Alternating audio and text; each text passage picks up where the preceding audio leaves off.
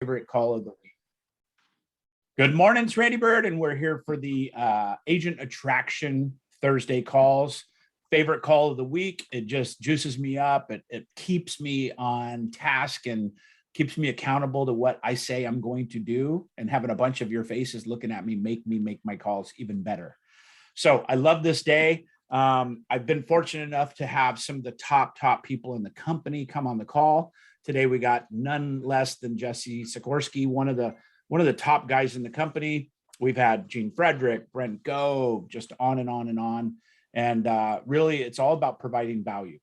So what we do is the first 15 to 30 minutes, whatever Jesse wants to do, we listen about Jesse's experience, his nuggets, his value, and then straight up at 9 o'clock Pacific time, I'll make an hour of live dials, and we'll call people from agents I've never talked to follow-up calls, and all talking about the market and what's going on with EXP and the opportunities. Okay. So with that, I'm going to let a couple more people in. They're popping in, and I want to introduce the host and the guest today, Jesse. Jesse, do me a favor. I want you to brag. I want you to just brag. I'm begging you. I'm giving you permission, but tell these folks who you are, your journey, where your organization is, how many agents, how many FLA, how many FLQA. Let's inspire them with a little fire right in their belly. So good morning, Jesse. Thank you for being here, brother. Morning, Randy. How are you? I'm doing amazing. I love, by the way, I didn't realize that you do an hour of live prospecting directly after that call. That's brilliant. Like, it really is. So, and I'll tell you why as we dive into this, but that is brilliant. Both for Randy and for everybody else listening. So I don't know what you guys do after that. If you just, like, people listen to you for an hour, if they're doing their own prospecting too, but I want to listen in and get lit up. We do both. So, they could, if they're not comfortable, they could listen and start getting some confidence. But like Matthew and the other rock stars on the call, Andrea, they'll make their own calls and mute themselves during it. But it's for them, whatever's a good fit. Yeah, I love that. All right. So my background, in case you don't know who I am, which a lot of you probably don't. Some of you I've met in person, right? Good to see some of you guys that have met at events, which is why I love this company, because we do get to make friends all over. If you don't know me, I've been in real estate for about 18 years. I did run my own brokerage prior to coming to EXP, but that didn't really give me that much of a running head start, because my brokerage is basically my team. I'd only ever recruited to a sales team. Like, my brokerage was a teamerage. I'd only ever recruited to a sales team prior to starting at EXP. And so I didn't really know how to recruit. Like, to recruit to a sales team. Do we have any team leaders on the call here? Like, you run sales teams? A couple of you guys. Recruiting to a sales team is pretty easy and very different than recruiting to EXP. You just say, hey, I got a bunch of leads. You need business? I got leads. Let's do this. Like, that was pretty much how most of my recruitment conversations went. In the world of EXP, I feel like there's a lot different of either relationship building, value stacking. There's a lot of things that I do that I can unpack for you guys. But I didn't really know how to recruit when I joined EXP. I was committed to learning, though. I saw people on stage. So when I first joined EXP, I went to an event.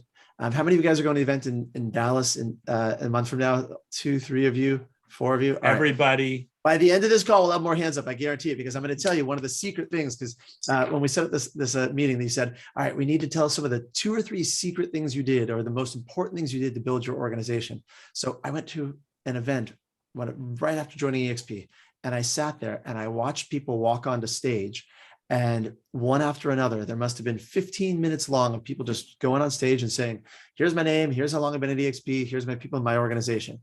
And I was just, my jaw was just kind of like hanging open, watching person after person after person. And I thought, I have no idea how to recruit, if this is hard or easy or what it's going to be like, but I will be one of those people. Like, has anyone had that moment where you make that decision? You're like, I'm in. There we go. Simone, good to see you. It's like, I will be one of those people. There is nothing that as a collective, all of them could have possibly had that I didn't have. Like, some of them were these amazing, rock stars, and some of them, I had no idea their background. It didn't matter. There was, the only common denominator was they all said, I'm going to figure out how to do this. And I did it. So I've been at EXP now for 3.5 years. I have 39. I got on my other model. I got to check my number. I have 39 personally sponsored on my front line, and 1,105 in my total organization. Isn't that cool? Wow, that's amazing. I didn't go recruit hundreds.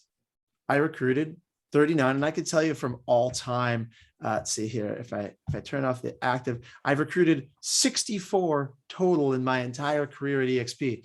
And most of it, so from 64 down to 39 active, most of the people, by the way, that I've lost were agents on my sales team that are not in real estate, period, anymore. Right? There wasn't a heck of a lot of turnover. They were just agents that they didn't go anywhere else. They literally left the business. So of those numbers, though, I think if you really drill into it, I did sponsor one person who she's about 50% of my organization. Okay. So you're going to find that one person that when you get it, it just goes. But even with that, even if you take out that one person, I still have, 600 people that are not with them. And if you drill into the organization deeper, any of you, the guys who are numbers people, I don't have anyone else that's like this giant person that recruited hundreds of people. I have a couple people that have 100 in their organization, which is fantastic. And I recognize a couple of names here. A couple of you guys are already over 100, but most of you would love to, you're building to 100, right? Most of you are like, I'm getting to 100. Because once you hit 100, that becomes a pretty significant amount of revenue share for most people. They're like, I'm feeling pretty happy. But I just have a number of people that all brought in 20, 30, and it just starts to build. So here's secret number one, right? The way I look at this is like, if my fist is a snowball, you got to build the core nucleus of your snowball. So some of you have already built a good nucleus. Some of you have those people you could support, but for a lot of you, right, does this make sense? We're still working on building that core. And that's why I love, Randy, that you do the live prospecting right after this, because the way that I did it, the way that I built my nucleus of my snowball is because I already had a lot of friends in the industry. I already knew a lot of agents just from things I'd done over the years. And if you don't have agents that it's where you got to start is by building relationships. But if you have these relationships, I got myself into state first. What does that mean? I get myself really excited about EXP, and then I'd start texting, DMing, or calling people. But it didn't feel natural, and I was never excited to do it. Like literally never. I never woke up in a day and was like, you know what I want to do today? I want to talk to people about EXP. Every day it was like, all right, this is what I got to do. Like I know I've got to build this core snowball. Has anyone ever felt like that? You're like, I know I got to do this. Randy tells me I got to do it. Whoever tells, like whoever's on the call. Okay. So the way that it worked for me personally was watching recordings of calls like this one that you're on, because at the time there weren't as many live calls to plug into. I wished I had something like this that like, man, if I had someone that I could get on a call like this and then listen to them make live calls, I think that would have it just lit me up on fire. Be like, all right, let's start. Like after, 30 minutes of listening to someone talk about agent attraction, and then 10, 15, 20 minutes even of Randy making calls, man, I'm going to start making my own immediately. That's why I love that structure. I think it's brilliant, and I'm stealing it, Randy. Thank you, brother. You know why I did it, Jesse? For me. Why? I did it for me. I was like, okay, how can I have the highest level of accountability? And I just know me, I do better when I have an audience. It's just always been that way. So like 25 people on the call today, I'm scared. I'm like, okay, oh shit, did I prepare enough? Do I have enough people to call, right? And if I got 5 people on the call, I'm like, okay, I'm going to be all right. So it's turned into something more, but it really started out of that. Not to sound selfish, but Matthew and I talked about this. He's doing the same call now, and so is somebody else that he has on his call. So it's turned into something bigger, which is really cool. I love that. And but back to this snowball analogy, guys. By the way, the reason I always do this with my fist, I like physical anchors. Once you build the core, the core nucleus of your snowball, it does start to get momentum and roll down the hill by itself. That's what I love about this, because even if you're like, some of you, I hope you love recruiting. At this point, I do. I love making calls because I just get to learn about people and learn about their goals, their hopes, their dreams. But when I started out, I didn't love making these calls. It felt uncomfortable, felt weird. But I think as you build this nucleus, starts to roll downhill. When you just said Matthew's doing his own call now, and you listed a couple of names that are doing their own calls, I started teaching. This is secret number 2. Okay, secret number 2. I started teaching agent attraction long before I had any business teaching agent attraction. Ooh. Like I started hosting, like I had my sponsor, my sponsor, and my friends who had brought me into EXP, that they were maybe about a year ahead of me. And I was just always calling them and asking them calls. And long before I even knew enough to know what I was doing, I said, all right, I'm going to start teaching this, because the best way to learn something is to teach it. So I started hosting my own Zoom call for the handful of people I'd attracted. And I invited anyone else in EXP who wanted to listen, because I just wanted people there, like Randy. I was like, get people there. And I started teaching this once a week. And I literally taught the same thing over and over for the first probably 4 months because I didn't know what else to teach. I just did the same thing every week. But what do you think happened when I started teaching the same thing every week? Like You become the expert when you're Yeah. teaching. It cemented it for me. Yeah. And then it really did help to teach and build that enthusiasm for the people I'd brought in. So those are the two real, if you learn nothing else from me today, if you just know that someone just, I see in the chat box said it made you uncomfortable. Yeah. I mean, I got 1,100 people in my organization and I still get uncomfortable making calls. Okay. But I know that for me personally, if I can get myself into that state of mind, and it comes from me watching other people that are passionate about EXP or learning new things. I'm a learning based person. Learning new things, like a growth. Anyone on this call growth minded, right? You get excited when you learn new stuff. Okay. Even if you've heard something before, I'm always looking for new pieces I can pick up, little tips and tricks. When I find those pieces, it's like, oh, okay, I like this, right? I'm going to get some of this. So that was my secret. I would literally sit down. I would watch an EXP training video. I'd watch the same one over and over. I'd look for new ones. And then I would immediately start making text messages if it was late at night. I don't know if any of you guys have little kids, but anyone have little kids, you have to like hang out in their bedroom late at night while they're falling asleep. And I remember that phase of life. So 3.5 years ago, my son was having a lot of trouble sleeping around the time when I joined EXP. So I would sit, he had a bunk bed. I'd sit underneath his bunk bed while he was in the top bunk. And I would watch an EXP video, 8 o'clock at night, 9 o'clock at night. And then I'd get really excited about EXP. And I start Facebook DMing people and just reaching out, be like, hey, what's going on in your world? I'd love to talk about your business and find out, and just reaching out and making conversations and engaging with people. Does this make sense, guys? Totally. I wish there was some secret, Randy, that I could teach you that every other expert you had on here hasn't taught before. But the comforting piece of this is there isn't anything totally new you have to learn. If you've been on a handful of these calls, you've probably learned the basics of everything you need to know. It might be the secret, Jesse, is the fact that they've listened to 5 or 6 or 7 of the top people in the company saying the same things, right? Events build belief because you go and you see the bigger picture and let the events do the heavy lifting. I think this call with hearing it in repetition, that I didn't know what I was doing. I was scared as well, right?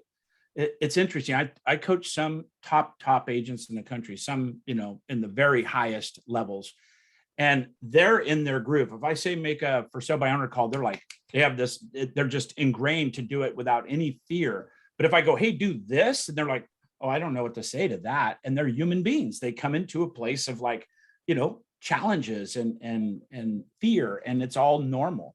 So this is new for you. A lot of us have propelled to the highest level in real estate, but we've never called an agent, never been a broker, never been a team leader, right? You're 100% right, Randy. And for those of you guys that, if you're newer to this, some of you have been doing age traction for a while, this might still help you also. There's days where I'm just like, I'm on, I feel good, I'm ready to go. And there's certain days where if I'm not feeling it, after we've been watching a video, getting myself excited, I recalibrate myself to recruitment. To me is all about learning about other people's hopes and dreams, learning about their goals, and then figuring out a way to help them get it. So anytime, if any of you are feeling a little bit of resistance to making calls, you're just not in the zone that they are, just, if you're brand new to this, if you focus on, it's not about you, it's about asking questions and learning about the people you're talking to, it takes the pressure off and makes it really easy. Like if I was Randy and I had, 26 people on this that are about to listen to me, I've never done that. I'd probably the first time be like, oh, this is weird. But my guess is, Randy, you just recalibrate to, I'm just learning about these other people I'm calling. Is that right? Yeah, absolutely. And, I love it because it's unknown, right? I love that win that comes from it. And I love the ones that turn us down, because I get off the call going, hey, that didn't kill me, did it? Right? We're still alive. We're still breathing, but we need our dreams to be bigger than our fears.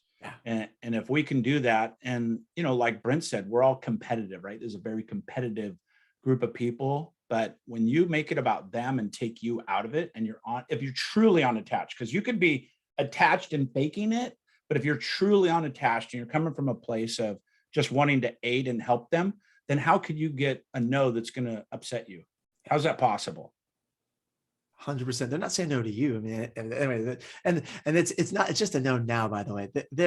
I truly believe they are all coming, right? I heard that at one of my first EXP events. It used to be written on every posted around my house and office and monitor and bathroom, right? The words, they are all coming, 4 words. I love it. Hopefully you've heard that before. Maybe you have it written on a post-it next to you, but that was my mantra that kind of kept me going back to like, they're all coming. And now 3.5 years later, we're at 83,000 agents. It's kind of proving them they are all coming. And I've recruited people that I started talking to 3 years ago that took 2.5 years before they came over. And I didn't take offense to it. I just kept in relationships, stayed friendly, but some come a heck of a lot faster.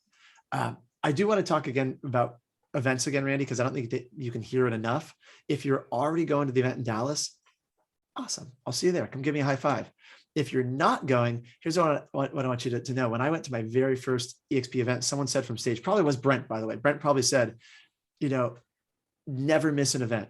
Like events are where, so I believe there's 4 big events a year in my mind, right? You've got 2 EXP corporate events. You got Shareholder Summit and EXPCon, and you got the 2 events that Brent throws, right? You got the one in Dallas now, which is Build, and you got Cabo.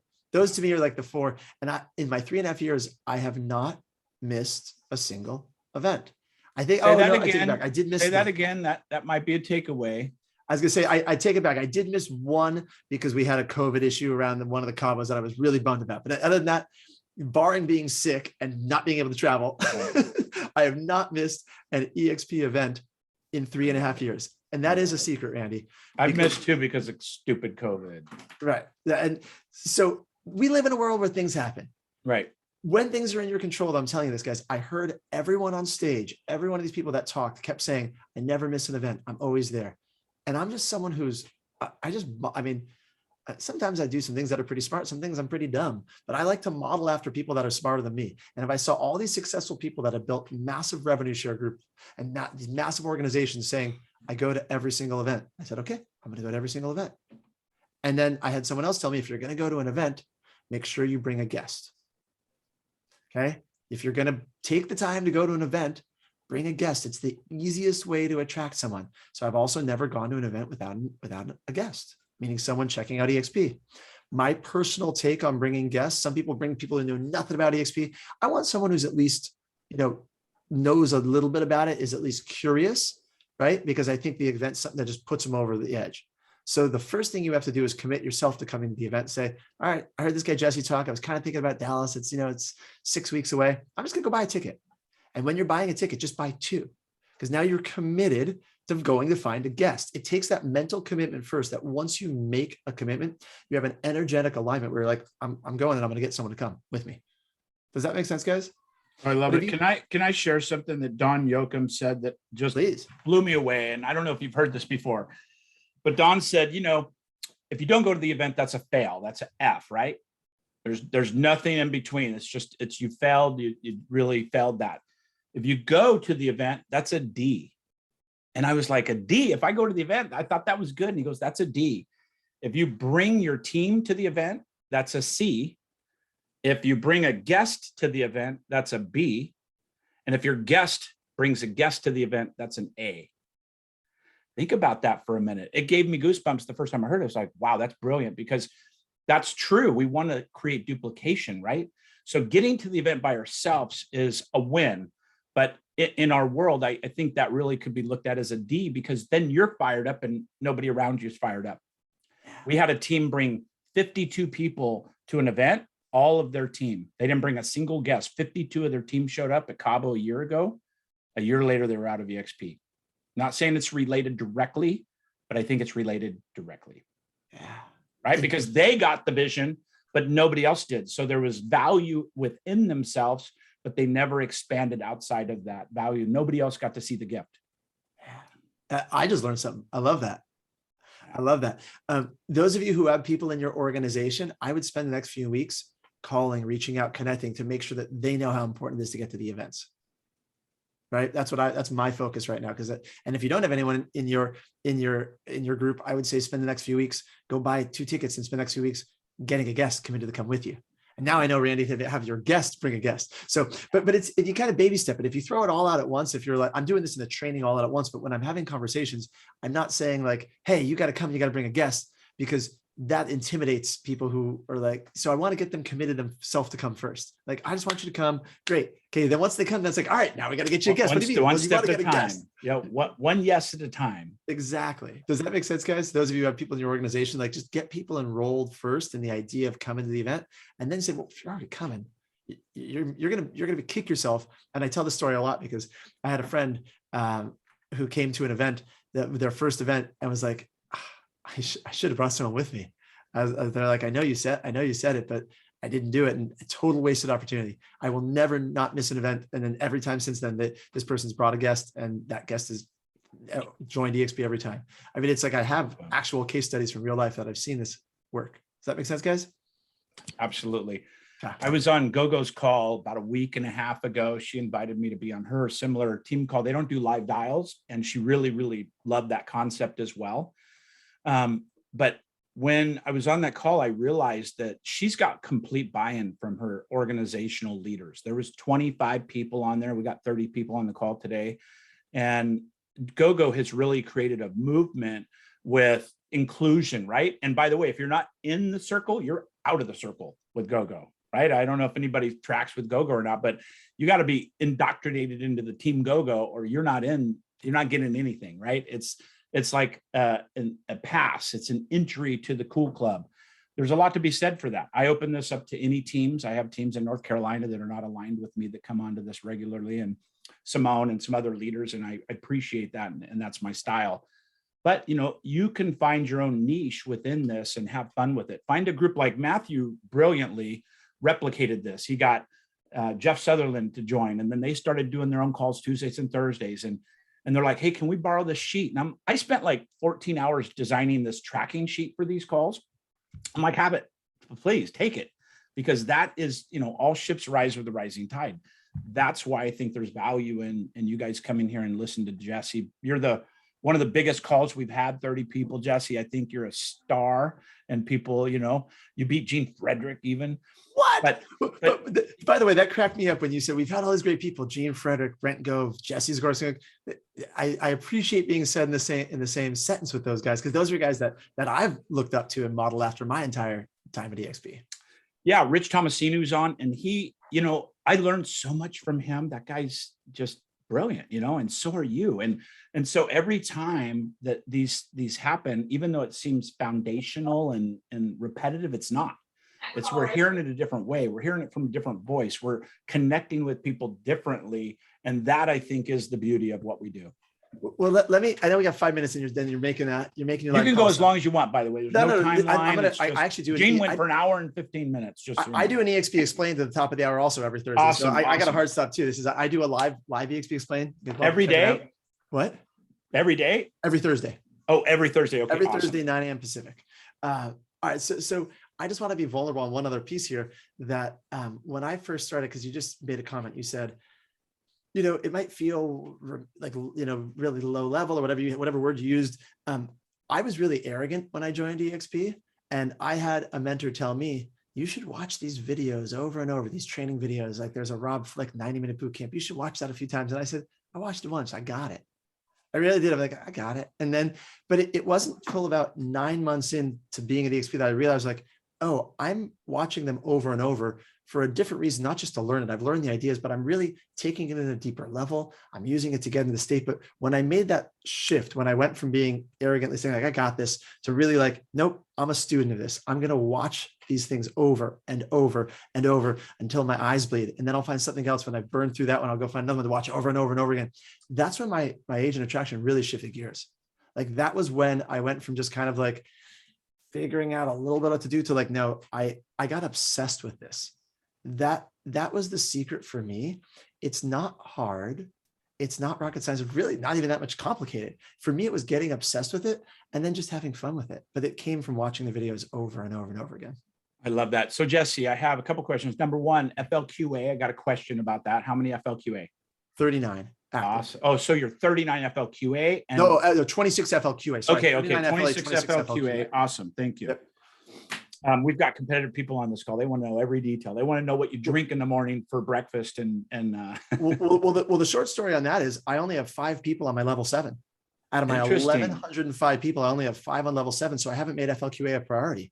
This is from a strategic standpoint, That's right? true. Which I'm happy to unpack it. But like, I looked at my organization and I wanted to spend more time pouring into my leaders to create duplication, because I knew that would help me grow faster than trying to add another couple FLQAs. So now I'm going back. I have a lot of leaders that are duplicating. I have things that are working. I still spend time doing 3-way calls and helping them, but now I'm going back for the next 6 months and I'll work on, getting everybody's FLQAs business is a little different, right? And talking to Mike Sherrard up there in Canada, they're pouring into one position right now, frontline, not worrying about depth. They're putting people under people and really, building some momentum, which they've done an incredible job. Different business tactic. It's all, it's all good. It's your business. So we got a couple minutes left, and then I want to appreciate your hard stop for your appointment. But in 60 seconds, start all over. You just joined EXP today. Where do you go? I mean, honestly, you make your list like Brent talks about. You make your list of 100 or 200. Do you go to social media and start messaging people? Do you start calling? What do you do? What do these people take away from this? So if you already have relationships with agents the way I did, I would have spent more time in a short period of time focused on it, like literally take a week or two. And I would text people to text them to get on a phone call with me. I wouldn't text them about EXP. I'd literally say, hey, long time no talk. I got something I want to chat about. You got a couple minutes. When's a good time to talk? Like literally that's what I would do. And I would just, and if they go, what's it about? What's it about? I'll talk to you when you get on the phone. Yeah. I mean, literally that's why I would say like, dude, we got to talk. Like, cause these are people I know. Like right. Enthusiasm and I like that's it. I'd probably shoot back a video. I mean, if I have 30 seconds, I'd probably shoot back a video text to that so they could feel my enthusiasm and say, we just got to talk, dude. Like when can you talk? And that I would do that as a video so they could that just gave me goosebumps, because that has been very successful with coaching clients and things, is just doing Facebook only allows you to do a 15-second video. So do a Facebook instant message and it limits you to 15 seconds. So you have to get it out. Just say, hey bro, I need to talk to you. It's important. When can we talk? 5 minutes, Yeah. And you can just go through your Facebook, go through your phone list and do that very quickly. If someone's super resistant to EXP, which by the way is in a lot of our heads, I mean, you could address it. There's things we can talk about, but I don't think as many people are gonna like, they're just, if they're people they're gonna talk to you. Cool, I'll talk to you. Like that's what it is. If they're people and you say, hey, we really want to talk, they're gonna say, cool, let's talk. I love it. Have fun making calls today, Randy. I want to jump on one of these and listen to you making calls. Yeah, every Thursday, you're welcome to come in. We start calling around 9, depending on the guest, it goes long. But I love it. And we usually at least spend about 45 minutes on live dials. And then I'll wrap it up at the end with any questions and stuff. And we got great leaders like Andrew Beam and Matthew Stewart and some others on here that contribute as well. But bro, I love you. I appreciate you. Thank you for contributing and being willing to, follow the EXP model that all ships rise with a rising tide. I'm happy anything I could do for you, just ask. And I just tell you, any single person on here that I can help, let me know. Send me a message on Workplace, whatever you need. Matthew, you got something? No, I was just going to say thank you for your time, man. Appreciate your energy. Yeah. You guys, this is still the biggest opportunity we have and will have available to us. So let's go crush it. So much fun. I think the opportunity's changed. I think it's bigger opportunity now than it was 3 years ago because of the market shift. Yeah. I love it. Have a good day, guys. Hey, go crush your call. I appreciate you. Thanks, guys. All right, you guys, I'm going to go off the recording now so we can get into live dials and questions.